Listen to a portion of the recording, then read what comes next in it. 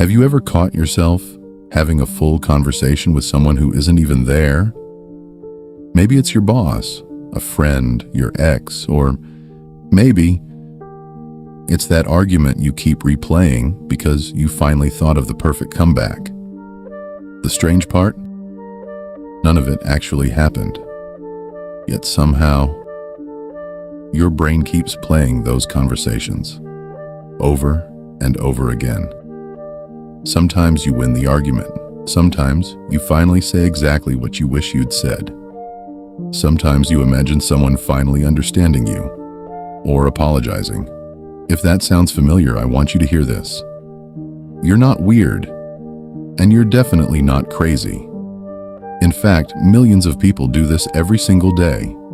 They rehearse conversations that never happened, replay moments they can't change, and prepare for situations that may never even exist. But almost nobody stops to ask, why? Why would your brain spend so much time creating conversations that aren't even real? Because once you understand the answer, you'll stop blaming yourself and start understanding your brain. The truth is, this isn't a bad habit. It's not overthinking, and it's not a personality flaw. It's something much deeper. It's one of your brain's oldest survival mechanisms. So the real question isn't, why do I keep doing this? The real question is, what is my brain trying to protect me from? So, why does your brain do this? The answer starts with something most people never realize. Your brain isn't just reacting to reality. It's constantly predicting the future. Every second of every day, your brain is asking questions like, what if this happens? What should I say next time? How do I avoid making that mistake again? And most of this happens without you even noticing. Neuroscientists call this predictive processing. Your brain is constantly running simulations, trying to prepare you for what might happen next. Think of it like a flight simulator. Pilots practice emergencies, not because they're happening, but because they could happen. Your brain does the exact same thing. It creates imaginary conversations, so you feel more prepared for real ones. But here's where things go wrong. When you're stressed, emotionally hurt, or afraid of being judged, your brain stops practicing and starts looping. Instead of preparing for one future conversation, it creates 10 different versions of it. In one, you finally say the perfect thing. In another, you defend yourself. In another, the other person finally understands you. But deep down, none of those conversations are really about winning. They're about one thing: control. Because your brain hates uncertainty, and when it can't predict what will happen, it tries to create certainty. By replaying conversations that don't even exist, that's also why these imaginary conversations often show up.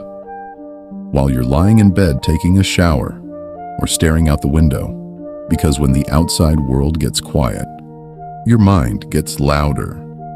Scientists believe this is closely connected to something called the default mode network. It's a network in your brain that becomes active when you're not focused on the outside world. And instead, your attention turns inward. That's when your brain starts revisiting the past, imagining the future, and creating conversations that feel unbelievably real. But here's the question that really matters. If your brain is only trying to protect you, why does it leave you feeling exhausted instead? So, does that mean you should try to stop these imaginary conversations completely? Not at all, because the conversations themselves aren't the real problem. The problem begins when your brain stops preparing and starts ruminating.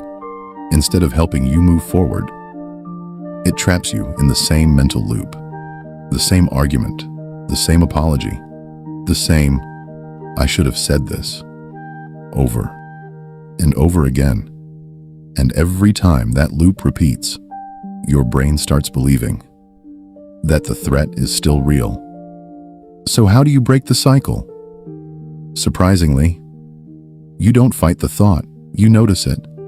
The next time you catch yourself having one of these imaginary conversations, pause for just a second and ask yourself, am I solving a real problem? Or is my brain just trying to make me feel prepared? That single question creates distance between you and the thought, and that's where your brain begins to calm down. Because here's the truth. Your brain isn't trying to embarrass you. It isn't trying to torture you. And it definitely isn't trying to make your life harder.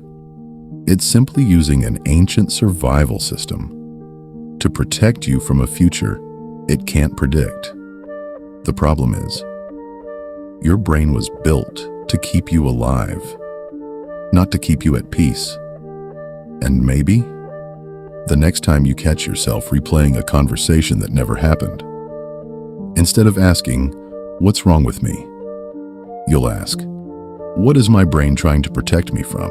Sometimes understanding your mind is the first step toward finally feeling free.